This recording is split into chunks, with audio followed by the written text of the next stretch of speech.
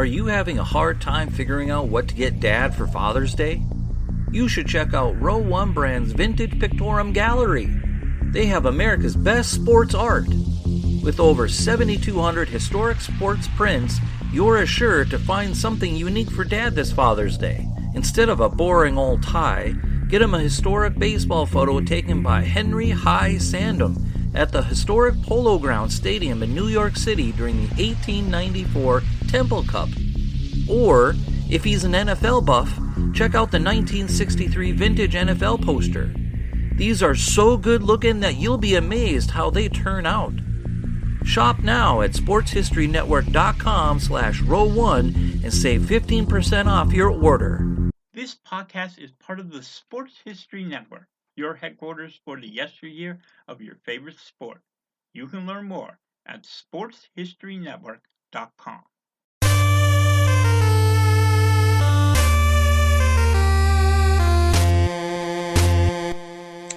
It's time for Lombardi Memories.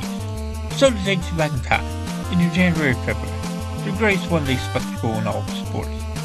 This is the Every Other Tuesday podcast that looks back at each and every one of the 50-plus Super Bowls and tells the story of who won and why. For the fan who needs more than just a box score, this podcast goes drive by drive, play by play, through the most dramatic games in history. I'm your host, Tommy A. Phillips, and you can visit my website at tommyaphillips.com, where you can find all of my books. Those include Nifty Nineties, the stories of an amazing decade in pro football history, which covers this 8th Super Bowl of the decade and the next 2 as well. Today we have Super Bowl XXXII, which was held on January 25th, 1998. At Qualcomm Stadium in San Diego, between the 5-time AFC champion Denver Broncos and my favorite team, the 12-time world champion Green Bay Packers. If you're looking for the full story of this 1997 season, pick up my Nifty Nineties book and you'll learn more than you ever wanted to know about that year and the rest of the 90s. As always, we will pop quiz and then homework at the end of the episode. The pop quiz question for today is, the NFC won the coin toss at Super Bowl XXXII. How many times in a row did the NFC win the coin toss starting with this one? Here's a hint. One of the teams in this game was also in the last game the NFC won the coin toss. The answer will come at the end of the podcast. Denver was coming off one of the biggest upset losses in playoff history as they lost to the second season Jacksonville Jaguars in their only playoff game of 1996. How did they rebound from that? The Broncos won their first 6 games of the season to go into the bye week at 6-0. They were at 11-2 going into a big game in Pittsburgh. That's when things seemingly fell apart for the Broncos. They lost decisively to both Pittsburgh and San Francisco, and when they dropped out of first place and ended up as a wild card, at 12-4, Kansas City took the division at 13-3. And remember, only the 1980 Oakland Raiders had ever won the Super Bowl as a true wild card. The Broncos got revenge on Jacksonville in round 1, beating them 42-17. They then beat Kansas City 14-10 when the Chiefs couldn't complete a 4th down pass to the end zone late in the game. They shocked Pittsburgh 24-21 in the AFC Championship game as the AFC title game losses began to pile up for Bill Cowher. Oh, and the Broncos did this with the ugliest uniform redesign in NFL history. The threads they wear now came from this season, and they are awful. I keep a mini Riddell helmet of the Broncos' old logo because it is so much easier on the eyes. Quarterback John Elway threw for 3,635 yards and 27 touchdowns as opposed to just 11 interceptions. He definitely deserved to be in the NFL MVP conversation. Same with running back Terrell Davis. He ran for exactly 1,750 yards and 15 touchdowns. Oh, and tight end Shannon Sharp and receiver Rod Smith both caught at least 70 passes and went over 1,100 receiving yards. This team wasn't just your garden variety wild card. They just happened to be in a division with a 13-3 team. 1997 Broncos have a good argument for being the greatest wild card team of all time. And then there were my Packers. They suffered a horrible loss in Week 2 in Philadelphia when rookie kicker Ryan Longwell missed a chip-shot field goal. The Packers were just 3-2 after 5 games. They then came to life, surviving a 2-point conversion by Chicago in Week 7 for a 1-point victory, sweeping the Tampa Bay Buccaneers and the Minnesota Vikings, getting sweet revenge on Dallas in a 45-17 rout, and finishing the season 13-3 with the number 2 seed in the NFC. The Buccaneers got a 3-match against the Packers in the divisional round, and again the Packers downed the pirate ship. The Pack won 21-7 to advance to the NFC Championship game in San Francisco. The Packers completely dominated that game from start to finish, winning 23-10 to advance to their second straight Super Bowl. Quarterback Brett Favre won his third straight NFL MVP award this season, albeit sharing it with Lions running back Barry Sanders. Favre threw for 3,867 yards and 35 touchdowns, which marked the third most touchdown passes of a NFC quarterback since the merger. Of course, he held spots 1 and 2. His top receivers were Antonio Freeman and Robert Brooks, both of whom went over 1,000 yards. Running back Dorsey Levens came into his own, rushing for 1,435 yards and 7 touchdowns. Defensive back Leroy Butler picked off 5 passes to lead the team, and defensive end Reggie White led in sacks with 11. This Packers team was absolutely loaded, and it was no surprise when they were installed as 11-point favorites for this Super Bowl.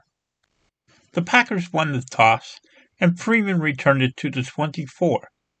Favre barely avoided a sack and an intentional grounding call on second down, and he converted a 3rd and long with a 13-yard pass to Freeman.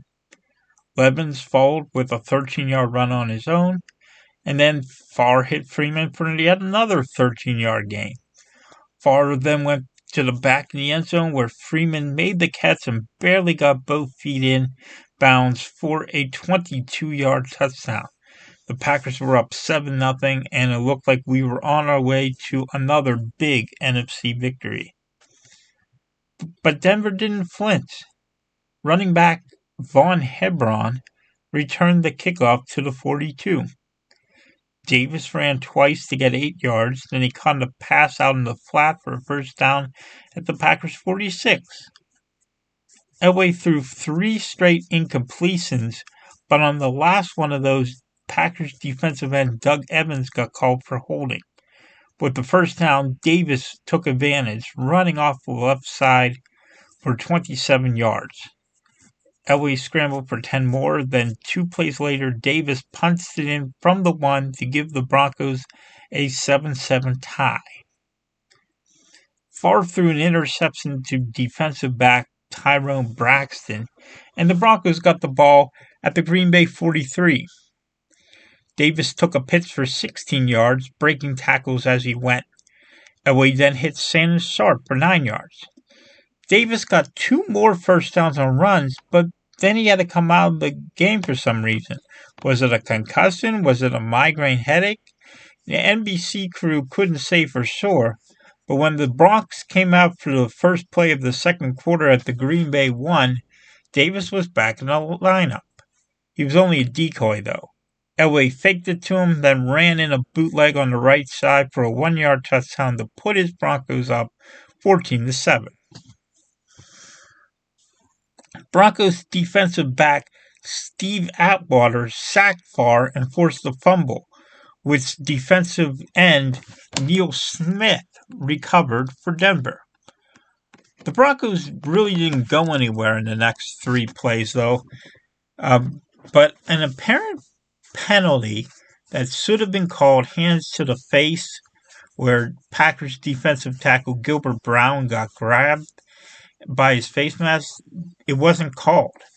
So that allowed the Broncos to remain in field goal range, and kicker Jason Elam made the 51-yard kick to extend the Broncos' lead to 10. And I can't be certain about this, but I think Elam's kick was the second longest in Super Bowl history, behind Steve Christie's in Super Bowl XXVIII. But there might have been another one. I'm not sure. The Packers went 3 and out after 3 Levens runs. But then the Packers managed to force a 3 and out on their own, and Broncos punter Tom Ruin kicked it down to the 5. The Packers then put together an epic drive. Tight end Mark Chmura made a circus catch for a first down at the 26. Levens burst for 15 yards, then Farr found Brooks on a quick pass for another first down. Next, Farr went to Freeman for another first down and to Chmura in the flat for 11 more. After the 2-minute warning, the Packers soon faced third down. Levens took the carry and broke tackles to the 10 to pick up another first down. And now Farr threw the ball to Brooks. He got down to the 6. Then Farr rolled to his right, fired to the corner of the end zone. Touchdown Packers, Mark Chmura. The Packers had gone 95 yards in 17 plays, holding the ball for nearly 7.5 minutes. At the half, the score was Broncos 17, Packers 14. To start the second half, Davis fumbled and the Packers recovered. Farr then threw a pass right to Atwater, but he dropped the easy interception. The Packers settled for a 39-yard field goal by Ryan Longwell, only to have Denver jump offside and give them a first down. But 2 penalties on the Packers later, they were kicking again. This time, Longwell made a 27-yard field goal to tie the game at 17. Both teams went 3 and out on their next possession, but on the Packers punt, the Broncos jumped offside again. That was okay for Denver, though, because they just went out and stopped Farr again, and they got the ball back at their own 8. Elway then put together one of his patented epic drives. First, he threw to Shannon Sharpe for a first down. Davis ran for 2 more first downs. Then Elway went deep for receiver Ed McCaffrey for a 36-yard gain. McCaffrey made another catch, this one for 9 yards, and another first down. After a pair of Davis runs, the Broncos faced third down and medium. Elway was forced to scramble, and he dived for the first down. As he did, he clashed into 2 Packers who spun him into the air like a helicopter. The first down opened things up for Davis to pound in from 1 yard out to cap a 92-yard drive and give Denver a 24-17 lead. That meant there were 2 touchdown drives of over 90 yards in this game, one for each team. On the kickoff return, Freeman fumbled after getting hit by defensive back Tony Veland. Defensive back Tim McKyer recovered for Denver at the 22. But as Elway immediately went for the kill, he got too greedy and had his pass to the end zone picked off by defensive back Eugene Robinson. The Packers got the ball back to start the fourth quarter. Farr struck back quickly, First, he hit Freeman for 25 yards to the Green Bay 40. He then pump faked before going to Brooks for a long pass that fell incomplete, but Broncos defensive back Darian Gordon was called for a 25-yard pass interference flag.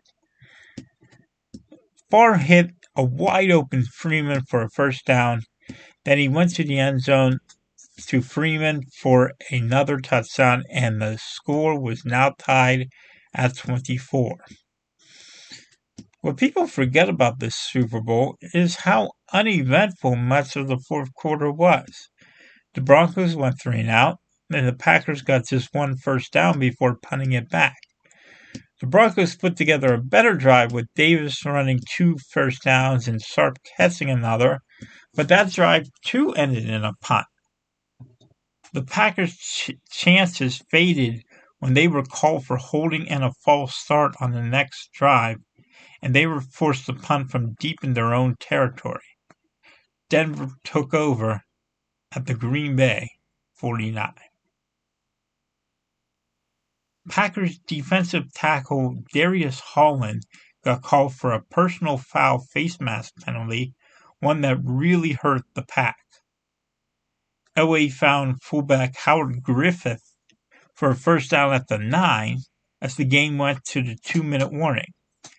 In a bizarre sequence, Davis ran the ball down the left sideline to the 1-yard line on 2 consecutive plays. On the first one, the Broncos were called for holding, but the second one, there was no penalty. Davis was out of bounds at the 1. So the Broncos had second down from the Green Bay 1. Now, Packers head coach Mike Holmgren deserves to be in the Pro Football Hall of Fame, and I will keep beating that drum until he's in. However, in this situation, he decided to let the Broncos score, and I think that was the wrong decision because the Packers still had 2 timeouts left. They could have used both of them if they were able to make a stop. As it turned out, on the Packers' final drive, one of their timeouts got burned anyway, thanks to an injury. Holmgren should have stacked the defense and tried to get a stop. A 27-24 game would have been totally different, and the Packers ended up getting into field goal range at the end of the game. So if they had made that stop, things might have been totally different, but instead he let the Broncos score. Davis walked in for a 1-yard touchdown, setting the Super Bowl record for most touchdown runs in a game with 3. The Broncos led 31-24. What was funny is watching it, Paul McGuire, NBC announcer, was just shocked at how easy it was for Davis to plow into the end zone, not realizing that the Packers had just let him score. So the Packers got the ball back at their own 30 after a Freeman return. Farr threw a screen to Levens, who broke a tackle and got 22 yards into Denver territory. Went right back to Levens, gaining minimal yardage and forced to call timeout with 1:11 to go. Out of the timeout, Farr went to Levens again, this time picking up 13 yards to the 35. But the Broncos kept taking away all of the Packers' receivers, meaning that Farr had to go to Levens for a 4th consecutive play. He got to the Denver 32, and that was the number that forever haunts the Green Bay Packers. Super Bowl 32, 32 yards from the game-time touchdown. We know what happens next. Farr throws 3 incompletions. Linebacker John Mobley breaks up the last one. It's too hard for me to talk about how it ended. Let's just get it over with. Denver 31, Green Bay 24. Davis was an easy choice for Super Bowl MVP with his record-breaking 3 rushing touchdowns and 157 rushing yards. If I were to give it to a second player, I would not give it to John Elway, as you may expect. No, I go with Steve Atwater. He had the sack and forced fumble of Farr. He had countless big hits throughout the game, including one on the penultimate play. The way he played football, he'd be ejected in a heartbeat in today's game. His hits were violent collisions. He set the tone in that defensive backfield for Denver, and that's why Favre was forced to continually dump the ball off the 11th. Atwater gets my second best MVP award for this game. As for the MVP of the losing team, I'm not giving that to Favre, even though he's my favorite player ever. Nope, I'm going with Antonio Freeman, who caught 9 balls for 126 yards and 2 touchdowns. Yes, he did lose a fumble, but his performance was ridiculous in this game. And get this, all the other Packers wide receivers caught a combined 4 passes for 22 yards. Freeman was the exception, lighting it up. Who is the LVP, the least valuable player? I'm going with Robert Brooks. He caught just 3 passes for 16 yards on 11 targets. That is absolutely dreadful. No wonder Freeman was forced to play out of his mind.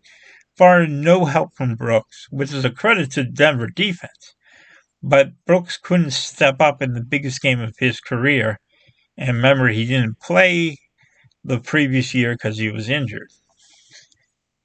The biggest play of this game was not Elway's helicopter run.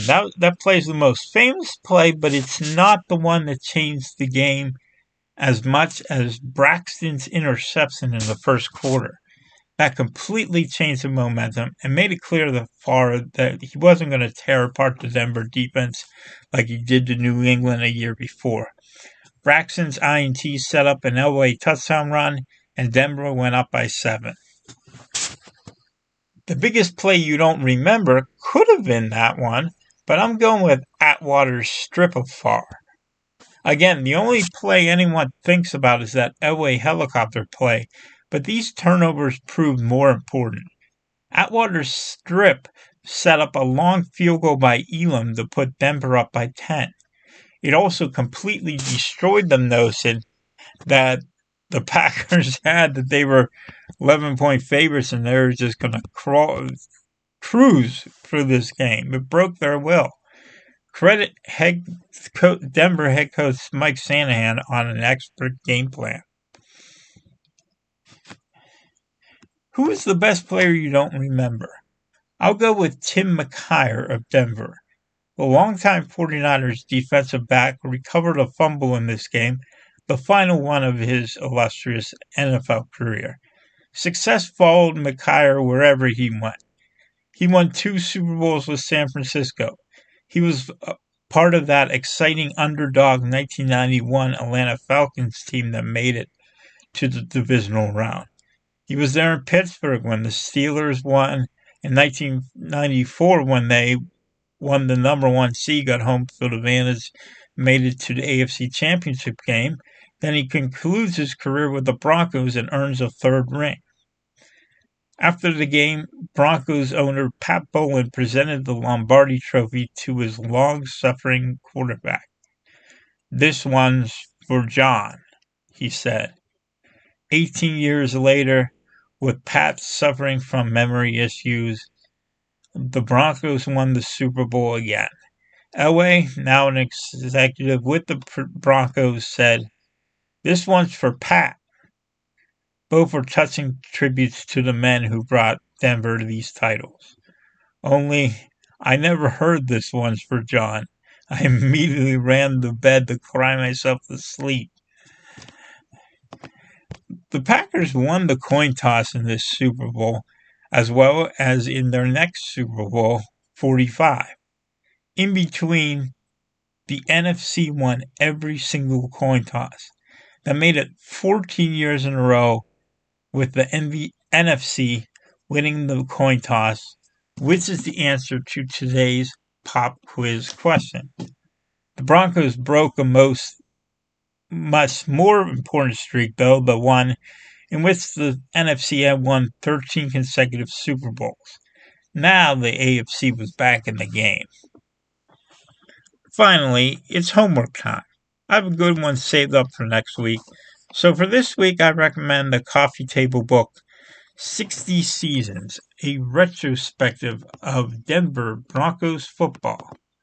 I love coffee table books. I have way too many of them. The Broncos are technically the oldest team in the NFL that has played in one and only one city throughout their entire existence. I could make an entire podcast just about that fact. I have a bunch of books over at my website, TommyAPhillips.com, that I'd love for you to check out. Read about the 80s or 90s in the NFL, or find out about all of Penn State's bowl games. You can even read up on golf or anime conventions. Again, that's TommyAPhillips.com. Until next time, when John Elway goes for 2, this is Tommy A. Phillips signing off. So long.